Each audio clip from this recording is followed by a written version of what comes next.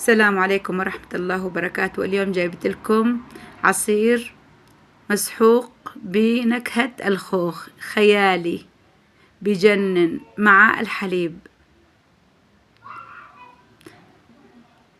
نحط 3 كاسات حليب، طبعا هو بينكسر بالمي البوز او قطع الثلج حتى يعطي قوام اكثر احسن يعني، بس انه الجو عنا بارد انا ما حطيت له ثلج او كسرته بالمي، خليته بالحليب الصافي.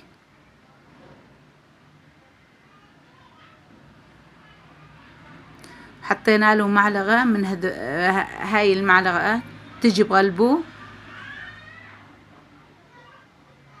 صلوا على الحبيب محمد، لا تنسوا اللايك والاشتراك، بس اللي اذا جربتوه راح تدعولي، جربوه ما راح تتندموا. راح نحطه بالخلاط دقيقة حتى يتكون كله مع بعض، ينمزج.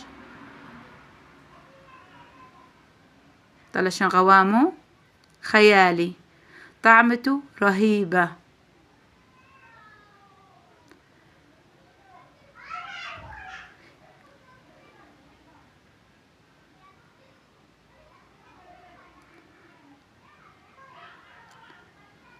صلوا على الحبيب محمد، يعطي قوة للكبار وللصغار.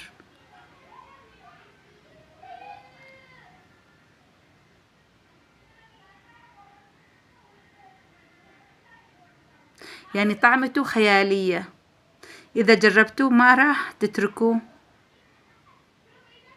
ما راح تخلوا البيت من دون ما تجيبوه هاي العلبة. صلوا على الحبيب محمد، ولا تنسوا اللايك والاشتراك، واللي بيحب النبي بيعمل لايك واشتراك، كومنت حلو نفسه.